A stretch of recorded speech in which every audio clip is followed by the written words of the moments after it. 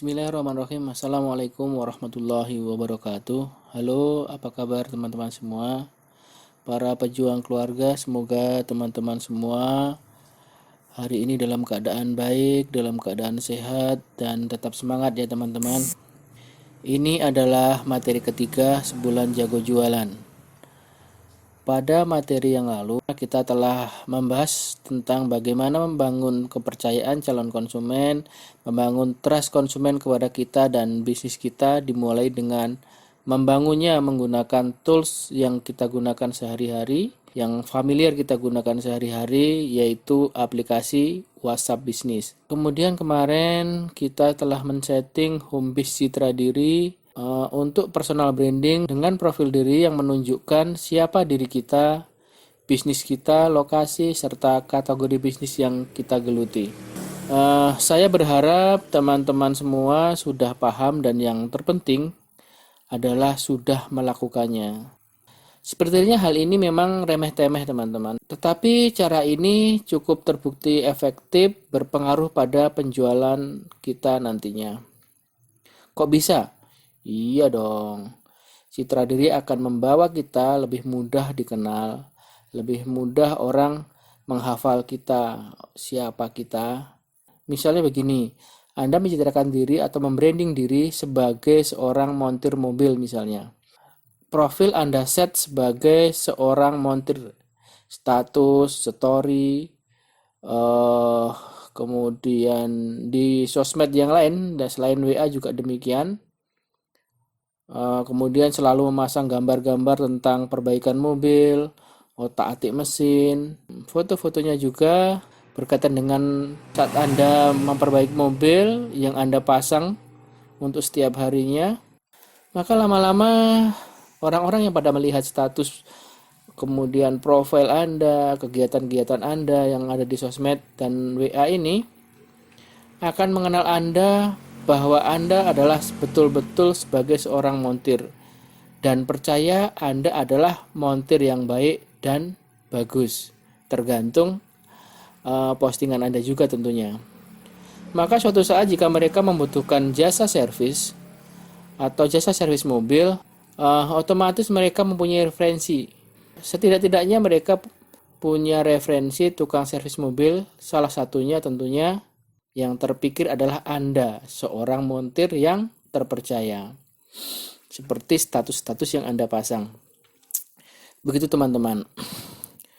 Oke, kita lanjutkan materi kemarin kita sampai pada fitur WA Business ya, tentang katalog ya teman-teman. Katalog ini solusi bagi teman-teman yang belum punya website atau toko online. Jadi di katalog ini nanti kita bisa memajang produk-produk kita teman-teman menjadi seperti website. Katalog ini cukup efektif teman-teman karena mereka bisa langsung order di katalog ini. Katalog yang teman-teman bikin jika masih bertanda jam itu artinya masih dalam proses peninjauan. Jika produk teman-teman tidak diterima atau melanggar TOS-nya WhatsApp, maka akan ada peringatan bahwa produk teman-teman tidak diterima dan teman-teman bisa memperbaikinya.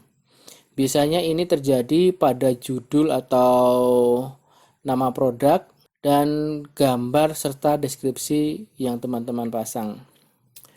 Silahkan teman-teman perbaiki terlebih dahulu ya jika produk teman-teman belum diterima. Jadi triknya untuk nama produk buatlah 2-5 kata saja, jangan terlalu pendek dan juga jangan terlalu panjang.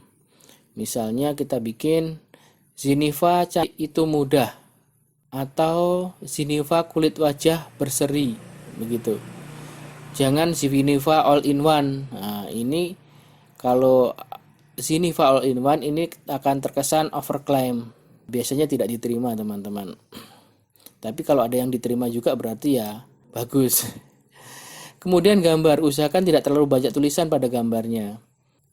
Di gambar berilah sedikit saja tulisan, ya tidak mendominasi intinya, masih terlihat gambarnya. Untuk deskripsi awal-awalnya sebaiknya tidak usah diisi dulu. Nanti setelah diterima baru diedit gitu teman-teman.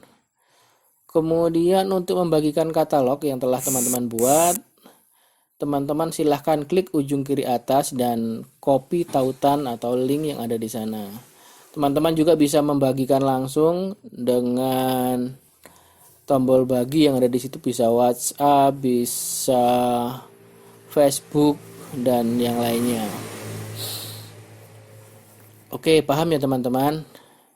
Kemudian kita lanjutkan yuk ke fitur bisnis untuk perpesanan.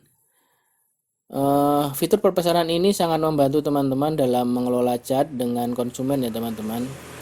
Pertama itu salam atau salam pembuka.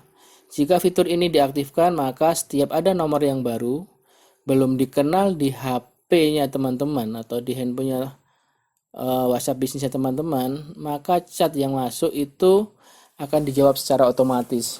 Misalnya begini, kita bikin halo dengan saya Sahnas dari Sahnas Store, siap membantu kakak. Kita misal bikin seperti itu. Nah, kalau sudah jadi, maka masuk yang nomornya belum, otomatis dia akan membalas dengan mat. Monggo teman-teman bisa buat kalimat pembukanya sebaik mungkin. Kemudian fitur pesan di luar jam kerja. Nah, jika fitur ini diaktifkan, maka jika chat di luar jam kerja yang telah teman-teman set kemarin, misalnya jam kerja jam 7 pagi sampai jam 9 malam, maka di luar jam itu otomatis WhatsApp akan menjawabnya. Misalnya kita akan bikin jawaban begini, kami sedang istirahat, pesan Anda akan segera kami proses setelah kami aktif kembali, misal seperti itu. Oke, teman-teman juga bisa monggo silahkan bikin sesuai dengan kepentingan masing-masing. Lanjut ya.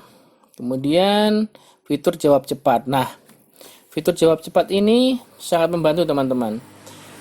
Fitur jawab cepat ini kalau kita sering chat dengan chat-chat yang sama, dengan jawaban-jawaban yang sama, ini sangat membantu. Misalnya tentang alamat, misalnya konsumen tanya alamat, atau ucapan terima kasih, atau fitur produk tertentu.